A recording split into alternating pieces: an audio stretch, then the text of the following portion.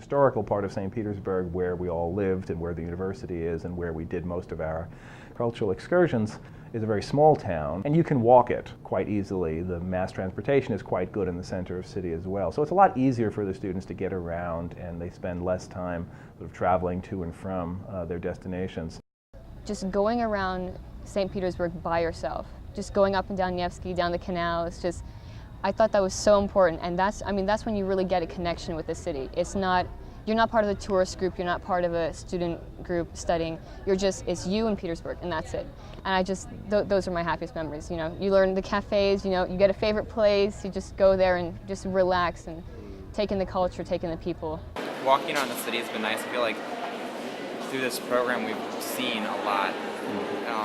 I feel like I've been here for a lot longer than since last Thursday. So I think that's kind of a function of how much we've done. Well, I do not come from a big city, so it was a very exciting experience just figuring out how to get around on the public transportation. And it was fun just to look at the map and pick a place to go and then find out what metro stop it was near and just go. It's very easy to get around, just so much history. When I first got here, it was actually dirtier than I was expecting. The streets are terrible, everything's dirty, graffiti everywhere, and it was kind of a shock for me. But then the next day when we went out for the first time, I saw like the Hermitage and St. Isaac's and all those places, and I was like, wow, this place really is kind of beautiful. It is really nice. Well, it's actually been a lot nicer than I expected, because based on what everyone had told me, I sort of had a vision that was like a cross between Dante and Dostoevsky, but actually it's not nearly that bad.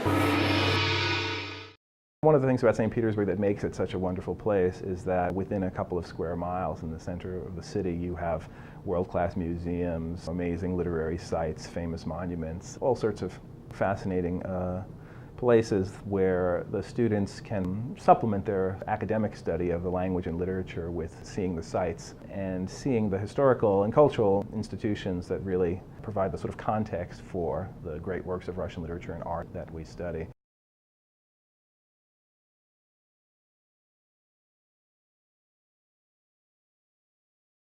We were in town just a few days, and I'd heard from some friends of mine that the American owner of the Shamrock Bar wanted to meet us. And he was, very interested in inviting the students to his bar, and he was our sort of local, sponsor, in a sense, for the summer.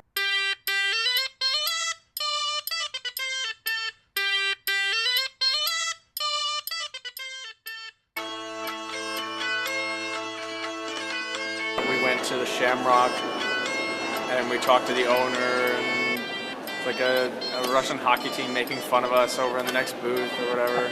That's a lot of fun. And we've tried to go out and kind of do stuff every night.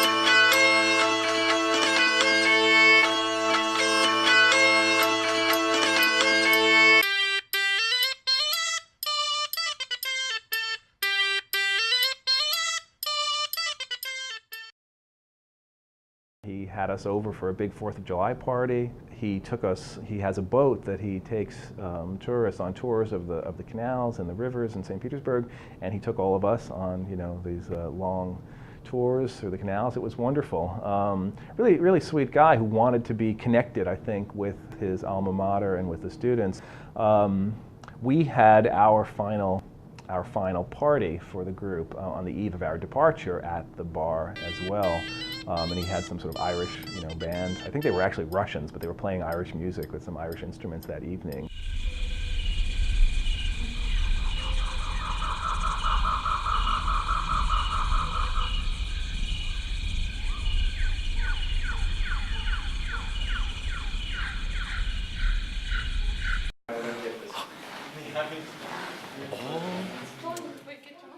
This is throne?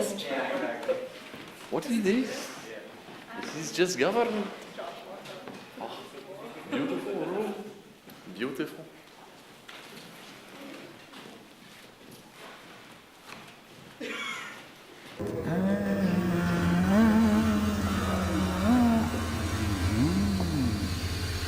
Просто Ватикан.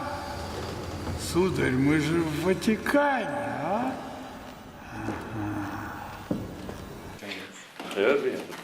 This is something else altogether. This painting is nice, but this is not something else.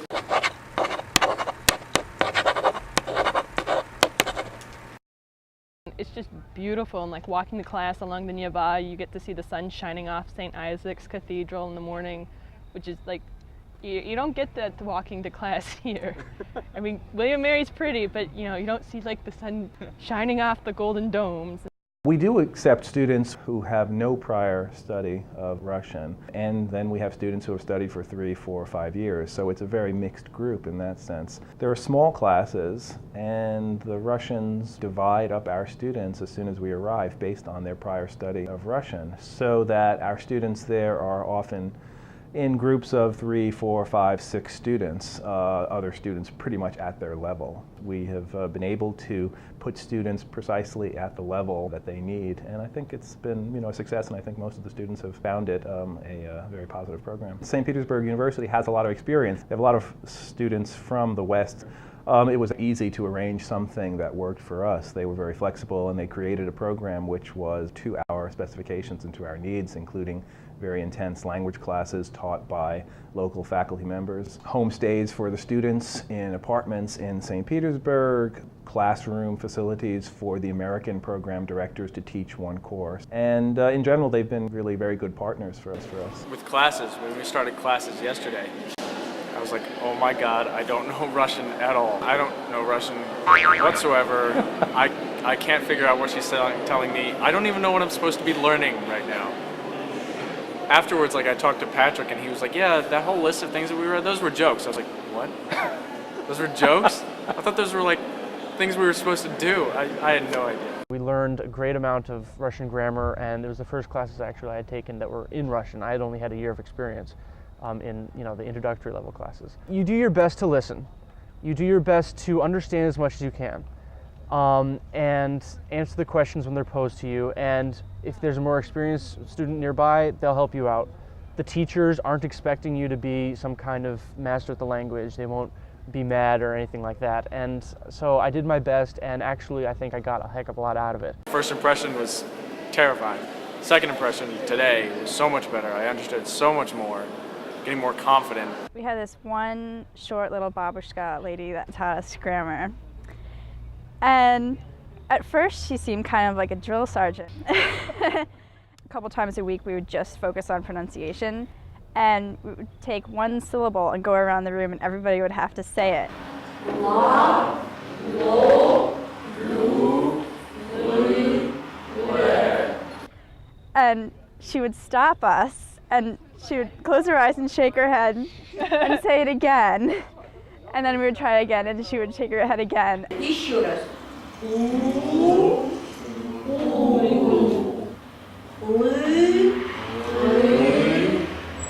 were all really nervous the first week or two, and we were trying not to laugh.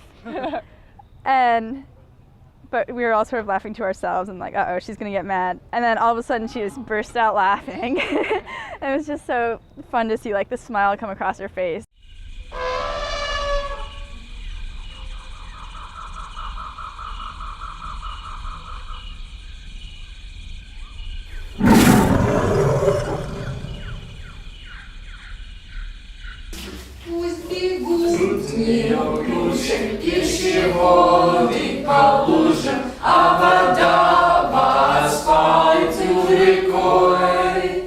И неясно прохожим в этот день непогожий, почему я веселый такой.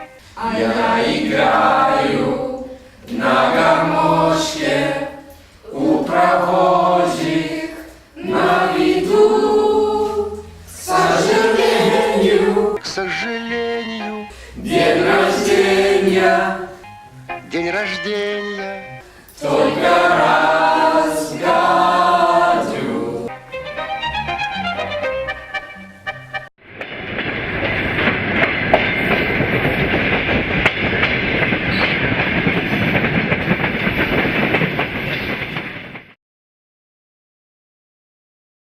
Well, Novgorod, I remember, was more traditional Russian as opposed to the more European influence in St. Petersburg as far as architecture. I remember we saw a ton of churches, and at one point there were 3 churches in a row, and they told this story about if you ran around one of them like 3 times, you would have a good marriage or something. I didn't do it. I was too lazy.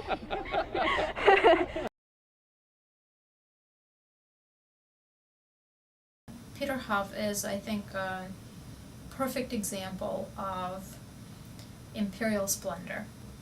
Peter wanted to imitate Western European monarchs in many ways, and architecturally and in terms of laying out the grounds and planting certain trees and plants was within his plans, and it wasn't enough to imitate the gardens of Versailles, for example. He wanted to outdo. And so Peterhof is this wonderful, enjoyable, beautiful creation that not only are the palaces interesting, there are several of them, you know, they're interesting architecturally, they're interesting in the way they fit into the grounds, but of course the biggest attraction about Peterhof is the fountains. And the fountains are just absolutely spectacular. Even in windy and rainy weather, the students are still incredibly impressed and have very beautiful memories from that trip. This summer we went there and back by water. There is this hydrofoil that the Russians use called Meteor that goes from Petersburg to Peterhof, and it's definitely a fun ride. And the hydrofoils are very cool boats.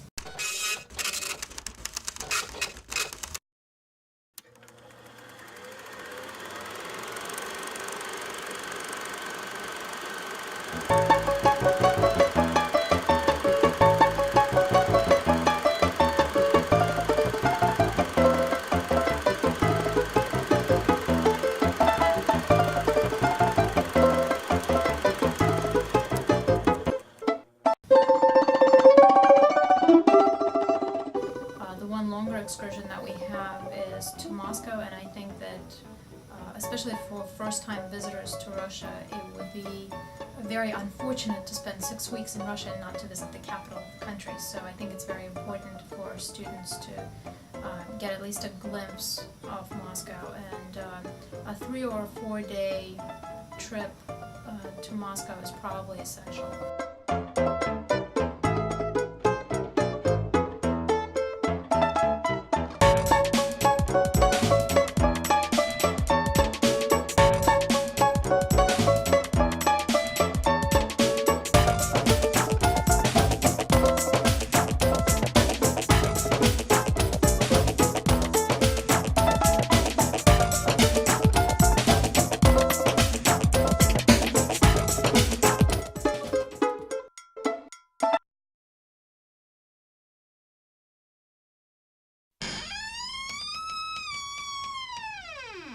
St. Petersburg University offers us 2 options. Our students can stay in the dorms for foreign students, or they can stay with families. And so far, all of our students have opted for the homestay, and the homestay is what we recommend. First of all, it exposes the students not only to the language, because they do tend to be incredibly quiet when they go out into the city on their own.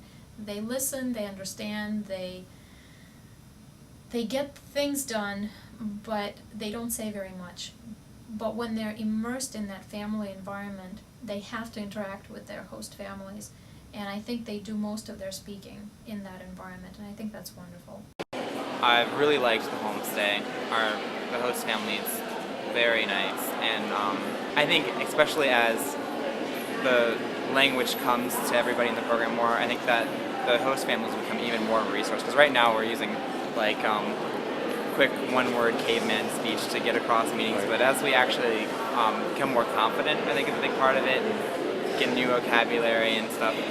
I think that the host family will be probably like our biggest resource as far as just getting to practice our Russian and improving in the language and really learning. Because once we can actually talk to them, we can maybe learn about what Russian life is by just talking to a real Russian family. It also immerses them in everyday culture. They see the dynamics in the families, they notice the roles that the women in the families play. They notice the roles of the grandparents. They notice how the young people behave. They very often learn more about Russian culture from living in these families. Every morning, like when they're making breakfast or getting ready, I'm always coming first instead of the husband. And I think I'm making the husband a little jealous somehow or another, because like I wash my dishes, like I clean up after myself, and he's kind of like a Sloven guy, you know, like he doesn't even flush the toilet. Who does that? So I mean, I think I'm getting on the mom's good side. And I was thinking about buying flowers just to kind of like, you know, really emphasize how nice I am.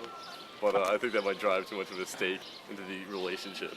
Their apartments are usually very nice, clean, sometimes remodeled. They feed our students very well, but they live definitely at a very different level than our students' families in America. And I think that that's a very important exposure for our students. The thing I kind of am annoyed at the most is that we can't drink the tap water. Just remember to brush your teeth without turning the tap on. See? Now I have a happy smile.